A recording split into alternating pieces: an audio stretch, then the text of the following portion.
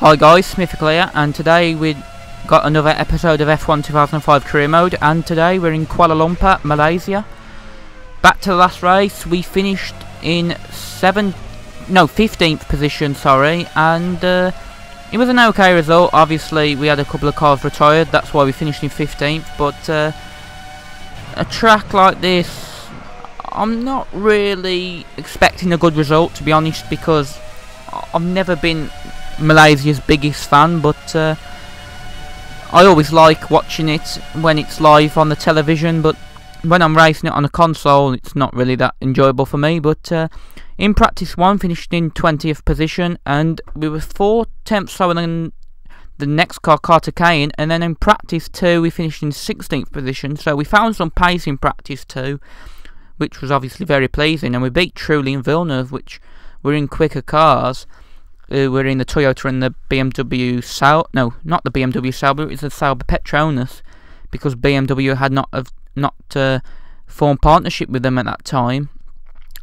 And then in qualifying now, and I believe it's qualifying, and we made another mistake. We bottled it again, and this is what happened. We shift down a bit too much and we just spanned the car. We did complete the lap, but with about 4 seconds down eventually on the next car, which I believe it was Freisacker in Q1 of 2005, which is like qualifying session 1. But there's also qualifying 2 on the Sunday, which we didn't know point taking part in. So we start from last, and we've just got to try and have a good start. We've just got to try and get the best result we can. Sort of damage limitation from starting from the back, and we got an okay start. It looked like Patrick Freisacker had a poor start, but then he seemed to gain a bit more pace. And I don't know what was happening, and I don't know if you can hear it, but our audio on the television I was playing on was just out of sync, so I couldn't hear when to shift up. So it was just really sort of difficult, because obviously you need to know and hear the engine sounds and when to like shift gears. Otherwise it's very hard to do. I mean, it's not impossible, but you've just got to obviously look at the rev counter a bit more. But it was out of my comfort zone, but we had a good start, so you know, you might think, oh, it weren't affecting us that much, but to be honest, it really was, because there's some parts where we was you could tell we were not shifting gear, but it weren't that we were doing it deliberately. It was because I couldn't hear when to shift. So if you're wondering, you know, why I was stuck in gears for too long, that's the reason. But we touched Trulli there, and we was looking to do a bit of a dive bomb, sort of Kobayashi-esque, but it didn't work out. But we just got to follow. Sorry, it weren't Trulli, it was Ralf Schumacher. And yeah, I'm making a few mistakes today, but hope you can forgive me for that. But we've just got to follow Ralf Schumacher around and hopefully get a little bit of slipstream, but it don't look like it's going to happen, and he's pulled away. Way better traction than Minardi. And we've got to watch out for the guy behind us, which is Jacques Villeneuve, as we go really deep into the second to last corner, and we touch Villeneuve, but he ain't going to gain the position, for now anyway. And we're going to try and get the slipstream on Ralf Schumacher, and we seem to have gained a little bit on him, to be honest, but Villeneuve's troubling us, and we touch Ralf there, and we might have cost ourselves a couple of attempts to Villeneuve, and as you can see, we now gained on him a little bit, but then you could tell I'd shifted way too late, and that's give Schumacher about half a tenth at least, maybe a second, as we go way too deep, and we've gonna lose a few positions, and that puts us down to 17th position.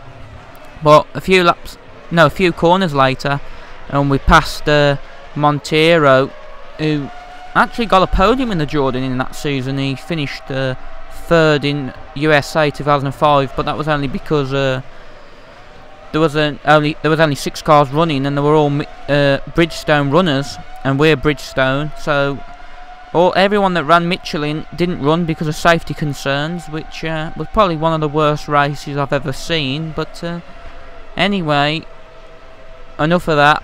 That's for another day. we're now 15th position, and we're chasing down the BMW Sauber of Jacques Villeneuve. And I've always noticed on this game that Felipe Massa does really better than Jacques Villeneuve, but then again, Jacques Villeneuve seemed to get beat by every teammate he had from after his championship winning season. And lap 4 now, and we did a bit of a dive bomb there, a bit of a scrappy dive bomb, and we're up to 11th, but them cars pitted. And don't worry, it weren't because I hit them. I don't think the damage mod's on. Otherwise, if the damage model was on, I'd have probably not finished any races this season with the amount of times I've spun.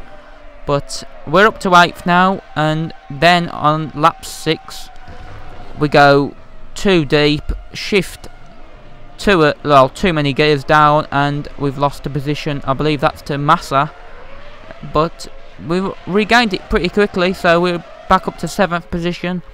And then we're pitting. I believe it was on the same lap, and obviously you can't change. I don't think you change. Well, it don't show that we changed the tyres, but we're definitely going to put more fuel in the car.